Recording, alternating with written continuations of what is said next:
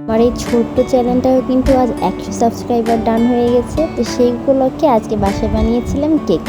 আসসালামু আলাইকুম, সবাই কেমন আছেন? আশা করছি সবাই অনেক ভালো আছেন। আলহামদুলিল্লাহ আমিও অনেক ভালো আছি।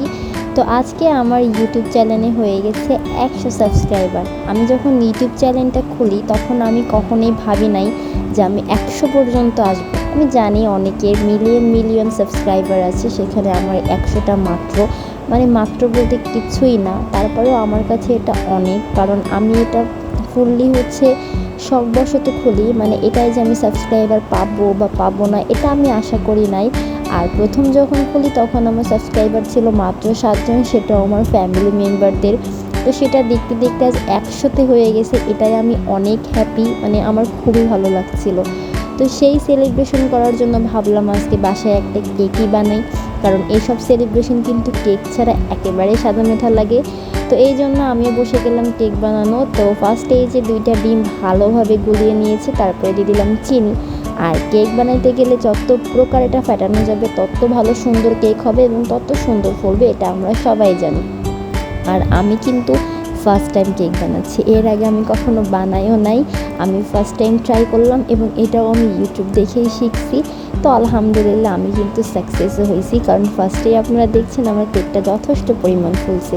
তো এই যে ভালোভাবে চিনি, তারপরে ডিম ফাটানোর পরে আমি একটুখানি স্বাদ মতো নুন দিয়ে নিলাম। আর নুন দেওয়ার পরে এখানে দিয়ে দিব বেকিং পাউডার। আর এই বেকিং পাউডারটা কিন্তু যে কোনো মুদির দোকানে কিনতে পাওয়া যাবে, সেটা আমরা সবাই টুকটাক জানি। তো চলেন এবার পিছনের দিকের গল্প শুরু করা যাক।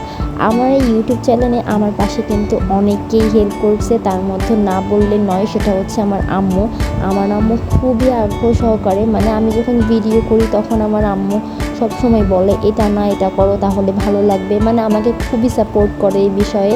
আর সেকেন্ডলি বলতে গেলে আমার ফ্রেন্ড ফারহিন, ও আমাকে প্রচণ্ড সাপোর্ট করে এবং ওর কথা কি বলবো, ওর আশেপাশে যদি কোনো আত্মীয় স্বজন থাকে তাদেরও বলে যে আমার চ্যানেলটা যেন একটু সাবস্ক্রাইব করে দেয়। তো আশেপাশের ফ্রেন্ড বলেন বা আত্মীয় বলেন, সবাই মিলে কিন্তু আজ আমরা 100তে পার হয়েছি। ইনশাল্লাহ আপনারা যদি আমার পাশে থাকেন অবশ্যই এই 2 সংখ্যা থেকে আমি একসময় 4-5 সংখ্যায় চলে যেতে পারি, সেটা সমস্তটাই আপনাদের উপরে। তো সবাই আমাকে একটু সাপোর্ট করবেন। তো চলেন এবার কেকে চলে যাওয়া যাক। এই যে আমার কেকের ফেনাটা হয়ে গেছে, মানে যেটা আমার কেক হবে ব্যাটারটা, সেটা কমপ্লিট। তো লাস্টে আমি এই যে এখানে দিয়ে দিচ্ছি ফ্লেভার, আর এটা ছিল ভ্যানিলা ফ্লেভার। এটাও যে কোনো মুদির দোকানে গেলে আপনারা পেয়ে যাবেন। তো এই যে আমি সুন্দরভাবে এটা দেওয়ার পরে আবার ফেটে নিব। আর যেহেতু আমার বাসায় ওভেন নাই, তো সেই ক্ষেত্রে আমি এটা বানাবো প্রেশার কুকারে। মানে আজকে আমি প্রেশার কুকারে কেক বানাবো, ফার্স্ট টাইমের এক্সপিরিয়েন্স। তো এই যে আমি সুন্দরভাবে আগে একটা প্রেশার কুকারের মধ্যে অয়েল দিয়ে নিব, কারণ তেল দিলে সেটা নিচে লাগবে না এবং সেটা পুড়ে যাবে না। তো আমি ফার্স্টে তেল ঢেলে নেওয়ার পরে একটা ব্রাশ দ্বারা এটা সুন্দরভাবে আগে চারিদিকে তেল লাগাই নিব, যাতে আমার প্রেশার কুকারটারও কোনো সমস্যা না হয়, আমার কেকটাও যেন ফুললি খুব সুন্দরভাবে হয়। আর আমি যখন এটা তেল লাগাচ্ছিলাম এবং সুন্দরভাবে যখন সব কিছু কমপ্লিট করতেছিলাম, শুধু একটাই ভয় করতেছিল আমি যেন ফেল না হয়ে যাই, কারণ ইউটিউব থেকে অনেকেই দেখে কিন্তু সঠিক হয় না বা অনেকের হয় না। সেক্ষেত্রে আমি যে সাকসেস হব এটা আমি আশা করিনি। আমি ভাবছি ট্রাই তো করে দেখি, ট্রাই করতে তো সমস্যা নাই। আর একদিক থেকে আমার আম্মু ভালো, অনেকে আছে যে বাসায় এগুলো ট্রাই করে যদি নষ্ট হয়ে যায় তাহলে কিন্তু বকা দেয়, কিন্তু আম্মু তা না, দেখি না হইলে আবার বলে যে আজকে হয় নাই কালকে হবে। তো এই দিক থেকে আমি আমার আম্মুর পুরোটাই সাপোর্ট পাই, আলহামদুলিল্লাহ। তো এই যে আমি এখানে এবার দিয়ে দিচ্ছি কেকের যে বাটারটা, সেটা আমি ভালোভাবে দিয়ে দিলাম। আর এখন এটা ঢাকনা দিয়ে দিব। আর ঢাকনা দেওয়ার পর অবশ্যই উপরে যে শীষ থাকে সেটা কিন্তু খুলে ফেলতে হবে, কারণ এটা নিয়ম, যাতে বাতাস না যায়, এটা সমস্তটা আটকানো থাকবে। তো আশেপাশে যেগুলো লেগেছিলো সব কিছু আমি ফেলাইয়ে এখন আমি এটা কারেন্টের চুলায় দিয়ে দিলাম। আর যেহেতু কারেন্টের চুলায় হালকা আছে দিলে এটা খুব সুন্দর হবে, এই জন্য দিয়েছিলাম। তো 40 মিনিট আমি কারেন্টের চুলার উপরে রাখার পরে এই যে আমার কেক, আলহামদুলিল্লাহ দেখেন কি সুন্দর ফুলছে, তাই না? মাশাল্লাহ মাশাল্লাহ। এবং এটা খাইতেও কিন্তু খুবই মজা হয়েছিল।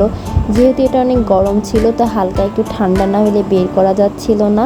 তো এটা যখন ঠান্ডা হলো তারপর আমি একটা প্লেটে এটা বেড়ে নিলাম। আর এটা যেন কেমন ফাঁকা ফাঁকা লাগতেছিল, কারণ যেগুলো আমরা কিনি সেটাই তো খুব সুন্দর বাটার দিয়ে সাজানো থাকে। তো যেহেতু বাসায় বাটার নেই, কিছু নাই, তাহলে কী করা যায়, তখন দোকান থেকে চকো কিনে আনলাম এবং এটার উপরে লিখতেছি 100, যেহেতু আমার 100 সাবস্ক্রাইবারের সেলিব্রেশন, তো সেক্ষেত্রে একটু তো করাই যায়। তো এখানে এই যে 1 লেখার পরে এখন 00 লিখে দেখেন আমাদের ডেকোরেশন আলহামদুলিল্লাহ মানে সব কিছুই মোটামুটি ভালোই হয়েছে। তো বাসার সব থেকে ছোটো সদস্য রাফা এবং সায়ান, আমি বললাম ওরাই কেকটা কাটুক। তো ওদের সাথে আমি একটু ধরলাম, কারণ ওরা বাচ্চা মানুষ, যদি কোনো কিছু করে ফেলে। তো এই যে সুন্দরভাবে আমি কেকটা কাটতেছি। আর সায়ান তো একটু দুষ্টু, ও মানে কেক তো দূরে থাকো, আগে ছুঁড়ে নেওয়ার জন্য ব্যস্ত হয়ে যাচ্ছে। এই দেখেন ওরা আমি কেক দিচ্ছি, কেক খাবে না, ও আগে ছুঁড়ে নিবে। তো এই যে রাফারে দিলাম, তারপরে আমার ক্যামেরাম্যান মানে ভাবিকে খাওয়ালাম। আর তারপরে আমাদের বাসার সব থেকে মুরব্বী মানে আমার দাদি, তো আমার দাদি ছিল, তো আমি আমার দাদিকে একটু খাওয়াই দিলাম। তো এই আমার জার্নি, এই আজ আমার 100 সাবস্ক্রাইবার হয়ে গেছে। ইনশাল্লাহ একদিন আরও হবে যদি আপনারা পাশে থাকেন। তো আজকের ভিডিওটা ছিল এই পর্যন্ত। যদি আমার ভিডিওটা ভালো লেগে থাকে অবশ্যই আমার পাশে থাকবেন। আল্লাহ হাফিজ।